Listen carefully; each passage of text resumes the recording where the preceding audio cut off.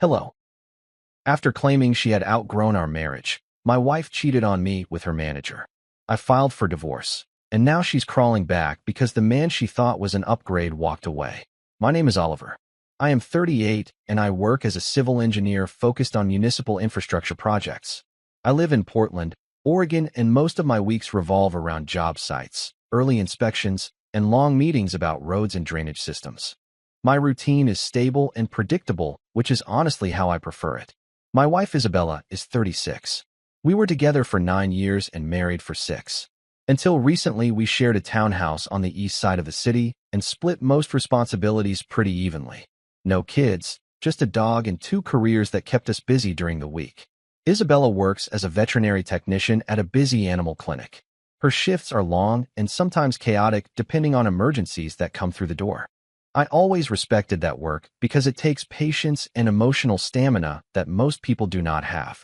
For most of our relationship, things looked pretty normal from the outside. We both worked, paid our bills, took occasional trips, and hosted friends a few times a year. There were arguments like any couple has, but nothing that made me think the foundation itself was unstable. Things started shifting about a year ago when Isabella began talking a lot about growth and personal evolution. At first, I assumed it was just stress from work. Her clinic had hired a new operations manager, and the whole place seemed to be going through changes. The manager was a guy named Adrian. Early 40s, confident, very direct, the type of person who liked to talk about ambition and pushing people to their potential. Isabella mentioned him constantly. At first, it sounded like normal workplace talk. Complaints about scheduling, comments about his expectations, occasional praise about how organized he was. But over a few months, the tone changed. She started comparing things. Our routines. My job. The way we spent weekends. Small comments at first, but they had a sharp edge to them. If I suggested a quiet night at home, she would roll her eyes and say I was predictable. If I talked about finishing a project phase, she would say infrastructure work was safe, but uninspiring. Eventually, she started using one phrase over and over. She said she felt like she was outgrowing this life. The first time Isabella said she was outgrowing our marriage, it came out of nowhere during a Tuesday night dinner. Nothing dramatic was happening. I had cooked pasta, the dog was asleep under the table, and we were talking about our schedules for the week. She pushed her plate away halfway through the meal and said something that immediately caught my attention. She said she felt like she was evolving and that our marriage felt stuck in place. I asked her what she meant because the statement was vague. I prefer direct problems over abstract complaints. Instead of clarifying, she started listing things she disliked about our life. She said our routine was boring. She said I lacked ambition. She said the way I approached life was cautious and small. Her tone was not emotional. It was dismissive, like she was explaining something obvious to someone slow. I asked if something specific had triggered the conversation. She shrugged and said she had been thinking about it for a while. According to her, the more she focused on personal growth, the more obvious it became that we were moving in different directions. That was the first time she compared me to Adrian. She said he pushed people to improve and expected more from the people around him. The implication was clear. I told her comparisons like that were unnecessary. Work managers and spouses serve different roles in life. That should have been obvious. She rolled her eyes. That became a common reaction. Over the next couple of days, her attitude changed in a way that was hard to ignore. Small things turned into lectures about mindset. If I spent a Saturday morning relaxing, she would say I had no drive. If I declined some networking event she suggested, she would accuse me of being comfortable with mediocrity. Most of these comments happened casually, like background noise in normal conversations. But they stacked up. What bothered me more was how often Adrian came up. Apparently, he worked long hours. Apparently, he was disciplined.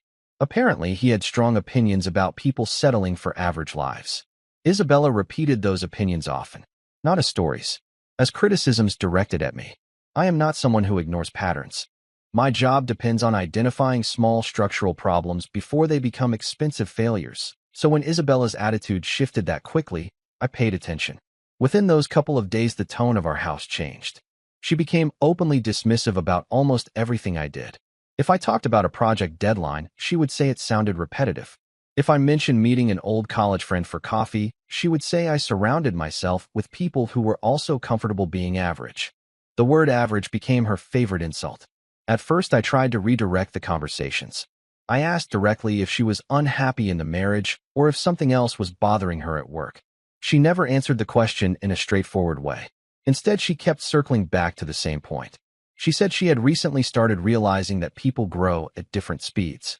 According to her, some people push themselves and others stay where they are because it feels safe. The implication was obvious every time.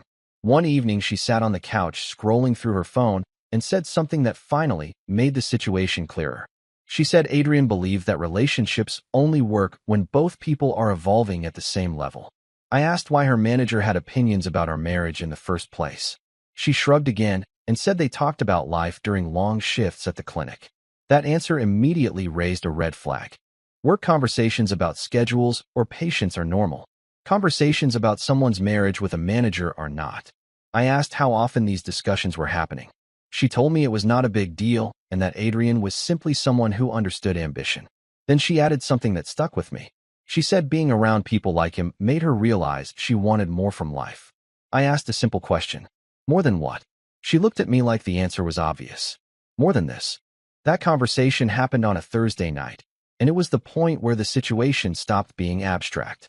Up until then, Isabella had been throwing out vague comments about growth and ambition, but that sentence made the real message obvious. She believed she was better than the life we built together. I did not argue with her. I asked a direct question instead. I asked if she was saying she no longer wanted to be married. She hesitated for a moment, then leaned back on the couch like the discussion bored her. She said maybe the marriage had simply run its course. She said people stay together out of habit all the time, and she did not want to be someone who settles. The word settle again. I asked if Adrian had anything to do with this shift in perspective. She immediately got defensive and said I was being insecure. Then she added something that answered the question anyway. She said at least Adrian understood what it meant to expect more out of life. That was enough information for me. I told her something very simple. If she believed our marriage was something she had outgrown, then there was no reason for her to stay in the house. She stared at me like she expected an argument or some kind of negotiation. There was none. I explained the situation clearly. The townhouse was in my name because I had purchased it before we got married. Legally, there was nothing stopping her from leaving for a few days if she believed the relationship was finished. She laughed at first. She thought I was bluffing. Then she realized I was already standing up and grabbing a suitcase from the hallway closet. I placed it on the bed and told her she should pack what she needed. Her reaction shifted immediately. First irritation, then anger. She called me dramatic and said I was proving her point about being small-minded. I did not argue. I just repeated the same sentence. If she believed she had outgrown the marriage, she was free to go live the life she wanted. Within an hour, she packed 2 bags. Right before leaving, she said something with a smirk that made the next part predictable. She said maybe she would stay with someone who actually understood her. She did not say Adrian's name, but she did not need to. Isabella left the townhouse around 9 that night. She did not slam the door or create a dramatic exit. She walked out with both bags, got into her car, and drove away like she had already planned the move. That detail mattered. If someone leaves calmly after a fight like that, it usually means they already know where they are going. But the important part is that I had already started preparing for the possibility that the marriage was ending.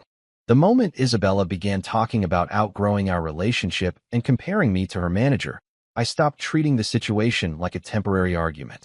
Earlier that same day, before the fight even happened, I had quietly looked up divorce attorneys in Portland. I did not call anyone yet, but I saved 2 contacts and read through the legal process in Oregon. When someone starts framing their spouse as an obstacle to their growth, the outcome usually moves in one direction. That night after she left, I did not text her and I did not call. Instead, I focused on practical things. I locked the doors, took the dog out for a walk, and sat down at the kitchen table reviewing the information I had already gathered. By the time I went to sleep, I had made a decision. If Isabella was serious about leaving the marriage, I was not going to drag out the process. The next morning, I woke up early for work like usual. Around 7, my phone buzzed with a notification. Isabella had posted something on social media. Normally, I ignore that kind of thing, but the timing made me curious. The photo showed her sitting at a restaurant patio with a drink in front of her. Across the table was Adrian. He was leaning into the frame, smiling like they had been out celebrating something. The caption said something about surrounding yourself with people who push you forward. It was not subtle. At that point, the situation became very simple. Less than 12 hours after telling me she had outgrown our marriage, she was publicly sitting across a dinner table from the man she kept comparing me to.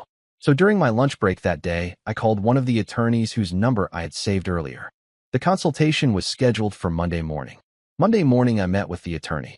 His office was in a small building downtown, not far from the courthouse. The meeting was calm and very procedural, which is exactly what I wanted. Divorce is mostly paperwork and timelines when there are no children involved. I explained the situation from the beginning. I told him about the comments Isabella had been making about outgrowing the marriage, the fight that led to her leaving the house, and the social media post with her manager the next morning. He nodded a lot while taking notes. The most important point was the townhouse. I had purchased it 2 years before we got married, and the mortgage and title were entirely in my name. That simplified things legally. He explained that while marital assets still had to be reviewed, the property itself would not automatically become hers. Then he asked the obvious question: did I want to attempt reconciliation or proceed with filing? My answer was simple. If someone believes they have outgrown the marriage and leaves to stay with another man, the relationship is already finished. There is nothing productive about pretending otherwise. So we started the paperwork. The process itself took less than an hour. Most of it involved documenting finances, the property situation, and confirming that we had no children together. Before I left his office, the attorney said something practical. He told me the biggest mistake people make in these situations is continuing emotional conversations with a spouse who has already moved on. According to him, once the decision is made, communication should stay limited and logistical. That advice matched my own instincts. When I got back to the townhouse that afternoon, Isabella still had not contacted me. No text, no call, nothing. But around 6 that evening, my phone buzzed again. This time it was a message from her. Not an apology. Not even a question about the dog or the house. She asked if I could bring a few of her remaining clothes to the clinic parking lot later that week. Apparently, she was staying somewhere that did not have enough space for everything she left behind. She did not say where she was staying. But again, she did not need to. After that message from Isabella, I didn't respond. Not because I was being spiteful, but because responding would have invited the kind of emotional back and forth my attorney had warned against. She had already made her choice, and I had made mine by preparing for divorce from the moment she left. Any interaction now had to be practical, controlled, and strictly limited. I spent the next few days organizing the townhouse, gathering documents, and reviewing the financial records I had started compiling. Everything from bank statements to utility bills had to be ready for the filing process. It was methodical work, and it kept my mind from drifting back to the anger or disappointment I felt. I didn't want those emotions to dictate my actions. I wanted clarity. Meanwhile, Isabella's online presence made the situation obvious. Photos and stories posted at all hours showed her spending time with Adrian. Dinners, walks, even trips to parts of the city I'd never seen her explore with me. I didn't stalk her, but enough came through to confirm that she was fully invested in the new arrangement. It wasn't subtle. It was as if she wanted the world to see that she had moved on and had no intention of coming back. By Thursday, I realized I needed a hard boundary. I blocked her number, social media accounts, and any other way she could contact me directly. It wasn't an emotional reaction. It was practical. There was no reason to let her words or actions continue to disrupt my life while the legal process moved forward. I had started preparing for this outcome, and now I was following through in a way that preserved my control and sanity. That evening, with her blocked, the townhouse felt quiet in a way it hadn't in years. The dog curled up in his bed, the soft hum of the refrigerator filled the kitchen, and I could finally think without anticipating her criticism or commentary. For the first time since the fight, I felt a measure of calm. I had acted decisively, followed the advice of my attorney, and created a space where the next steps, the divorce filing, the paperwork, the legal closure, could proceed without interference. In that silence, I realized something else. Blocking her wasn't just about preventing contact. It was a declaration that her choices no longer had power over my life. She had chosen a new path with Adrian. I had chosen clarity, control, and moving forward. And for the first time in months, it felt like I could breathe again. The weekend after I blocked Isabella, I finally allowed myself to slow down. I went on a long walk with the dog along the waterfront, drank coffee on the balcony, and didn't think about arguments or what she was doing. I realized how much of my energy had been spent managing her mood, anticipating complaints, or trying to justify my own choices. That was gone now. Despite the calm, there were reminders everywhere. Mail addressed to her, half-empty coffee cups she had left behind, and little traces of a life we shared. I moved most of it into boxes and set them aside for her retrieval, sticking to logistics, not emotion. I didn't want to dwell on memories or arguments. I wanted the process clear and unambiguous. Around midweek, I started receiving updates from friends who had seen Isabella with Adrian at various events. People I knew were careful to remain neutral, but the gist was undeniable. She was fully immersed in her new life. It would have been easy to feel bitterness or even panic, but instead I felt confirmation. She had chosen, and I had already acted decisively. That clarity brought a strange relief. By Thursday, I finalized the documents I needed for filing. Mortgage statements, bank records, and personal property lists were all in order. I had double-checked everything twice. There would be no disputes or delays stemming from missed details. The divorce was now procedural, not emotional, and I intended to keep it that way. That night, I took a moment to reflect on what had changed in just a few weeks. The woman I had married 9 years ago had been replaced in her own mind by a different vision of life, one she thought Adrian embodied. The marriage itself wasn't failing because of mistakes I made, but because she had already decided to leave it behind. The weight of that realization was heavy but necessary. Accepting it meant I could stop hoping for reconciliation and start focusing on myself. And that focus was powerful. I could think without distraction, make decisions without fear of emotional manipulation, and begin imagining life after the divorce, not as a victim, but as someone with agency and control. The townhouse, the dog, the routines, the preparations, they were all mine now, and nothing she did could change that. By the following week, the divorce filing was officially underway. The attorney submitted all the documents, and I received confirmation that the process had started. With that step completed, I finally felt a concrete sense of closure forming. The fight, the messages, the social media posts, they were all part of a sequence that had led to a clear legal resolution. Even though Isabella was now openly with Adrian, I didn't feel the need to check her posts anymore. There was a strange freedom in no longer being tethered to her decisions or her timeline. Her choices had consequences for her, not me.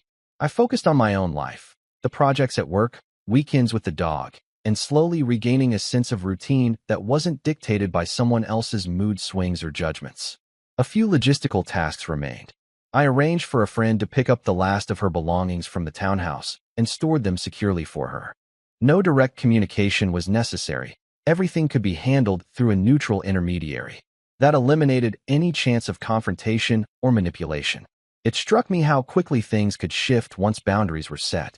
The woman I had shared nearly a decade of life with was now completely separate from my daily existence, and I had built safeguards around my mental space before things spiraled. That foresight gave me a calm that I had never expected to find so quickly after such a personal upheaval. In quiet moments, I reflected on the way the situation unfolded. There was no prolonged drama, no drawn-out confrontations. The signs had been there from the beginning. Her comparisons, the lectures, the subtle criticisms, and I had acted decisively. That decisiveness turned a potentially chaotic emotional collapse into something procedural and controlled. I was no longer reacting, I was managing, and that management made the next steps almost straightforward. For the first time in months, I felt like I could focus entirely on what I wanted from life, separate from someone else's agenda. It wasn't about anger or revenge. It was about clarity, stability, and moving forward on my own terms. A few weeks later, the divorce was finalized. The paperwork confirmed what I had already known and prepared for. Isabella had no claim to the townhouse, and there were no complications with other shared assets. Legally, everything was clean. Emotionally, the weight of anticipation and uncertainty was gone. The day the divorce was official, I woke up early, took the dog for a long walk along the river, and let the quiet settle over me. There was no bitterness or desire for confrontation. There was only clarity. The past 9 years had been significant, but they were behind me. I was free to focus on my life without the interference of someone who had already moved on mentally and emotionally months before leaving. In the weeks that followed, I settled fully into a new routine. Work projects demanded attention, the dog required walks and care, and I began exploring hobbies and routines I had neglected while managing her moods and expectations. There was a sense of calm and control I had not felt in years. The townhouse felt like a sanctuary instead of a shared space under constant scrutiny. Every time I thought about Isabella and Adrian, it was detached. I knew they were together, that she had made her choice, and that I had already acted in accordance with my own values and needs. There was no need for revenge, no need for dialogue, and certainly no need for emotional upheaval. She had chosen her path. I had chosen mine. Looking back, the clarity came from decisive action and preparation. By anticipating her moves, setting firm boundaries, and treating the situation with procedural logic rather than emotion, I preserved not just my assets, but my peace of mind. Her attempts to compare, belittle, or manipulate had no power once I created clear limits. In the end, it wasn't about winning or losing. It was about recognizing when a relationship had ended, acting responsibly, and reclaiming control over my life. And in that reclamation, I found a sense of calm and self-respect that I had not realized was possible in the midst of so much upheaval. The chapter with Isabella was over, but the next chapter of my life, measured, controlled, and self-directed, was just beginning. Bye-bye. The Unexpected Tales is your destination for real-life stories filled with drama, emotion, and unforgettable twists.